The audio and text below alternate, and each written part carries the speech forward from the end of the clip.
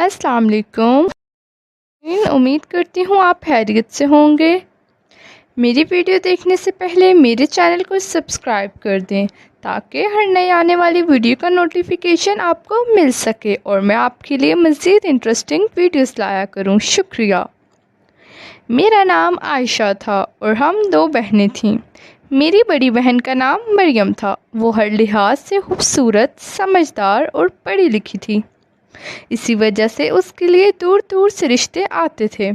कोई लड़का डॉक्टर होता, कोई इंजीनियर, कोई अपना कारोबार करता और कोई बहुत अमीर ख़ानदान से ताल्लुक़ रखता।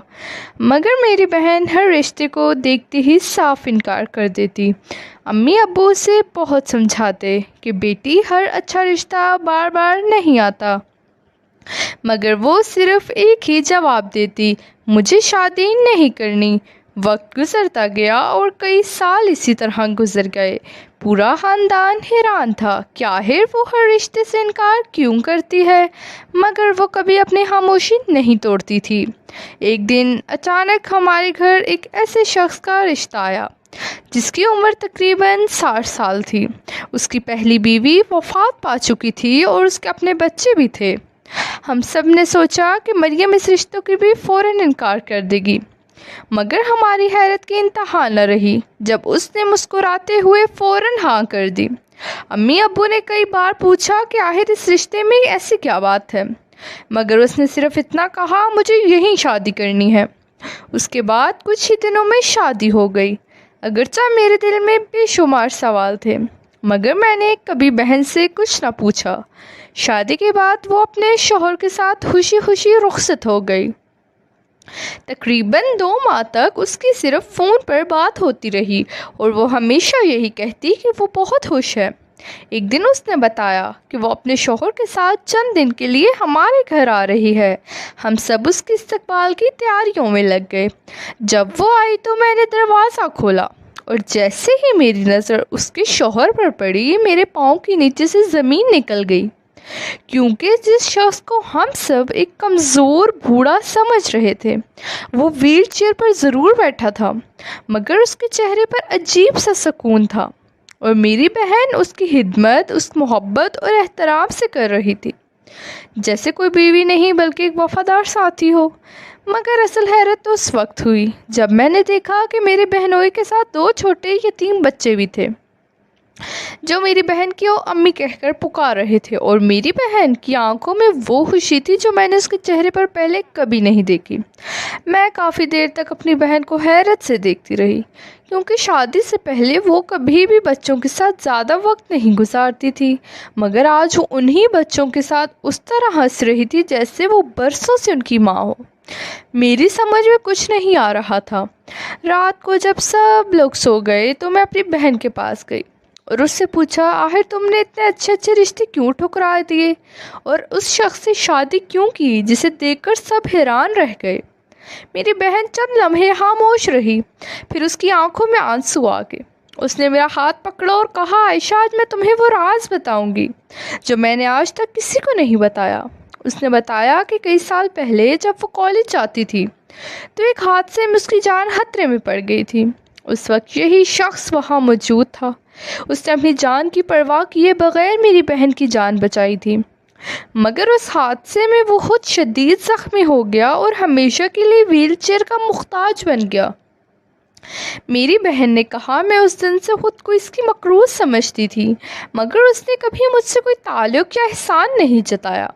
कुछ साल बाद उसकी बीवी का इंतकाल हो गया और उसके 2 छोटे बच्चे अकेले रह गए। जब मुझे ये बात मालूम हुई तो मैं कई रातें सो न सकी। मुझे लगा अल्लाह ने शायद मेरी ज़िंदगी का मकसद यही रखा है कि मैं इन बच्चों को माँ की मोहब्बत दूँ और उस शख्स की खिदमत करूँ जिसने कभी मेरी जान बचाई थी।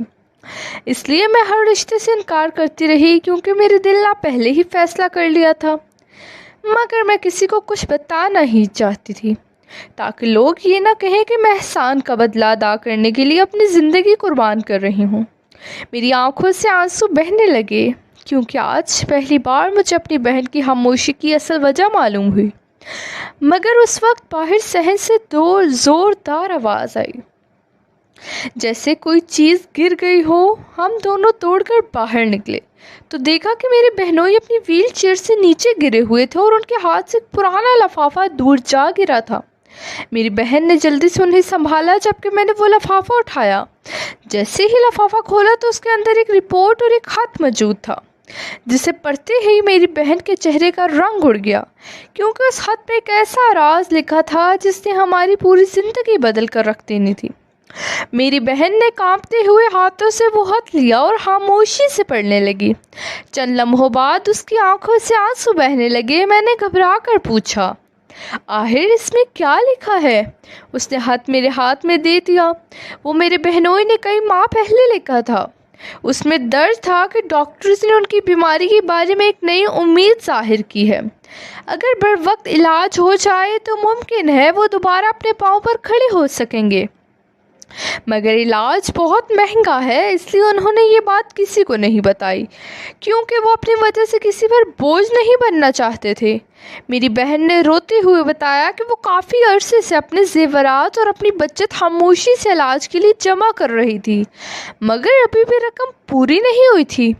یہ سن کر میرے والد فوراً بولے کہ یہ صرف مریم کی ذمہ داری نہیں بلکہ پورے خاندان کی ذمہ داری ہے۔ امی نے اپنے زیورات نکال دیے، میں نے بھی اپنی جمع پونجی لا کر رکھ دی اور میرے بھائیوں نے بھی اپنی استطاعت کے مطابق رقم جمع کر دی۔ چند ہی دنوں میں علاج کے لیے پوری رقم اکٹھی ہو گئی۔ علاج شروع ہوا تو کئی مہینے مسلسل دعا اور محنت کا سلسلہ چلتا رہا۔ پھر ایک دن ڈاکٹر نے میرے بہنوئی کو واکر کے سہارے کھڑا کیا۔ پہلے انہوں نے چند قدم اٹھائے، پھر آہستہ آہستہ چلنا شروع کر دیا۔ میری بہن خوشی سے رونے لگی۔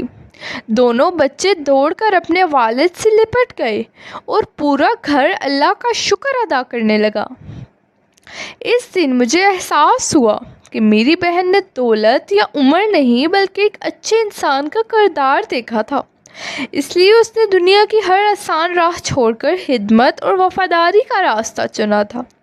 وقت گزرنے کے ساتھ میری بہنوئی کی صحت پہلے سے بہتر ہوتی گئی اور ہمارے گھر میں خوشیاں واپس آ گئیں۔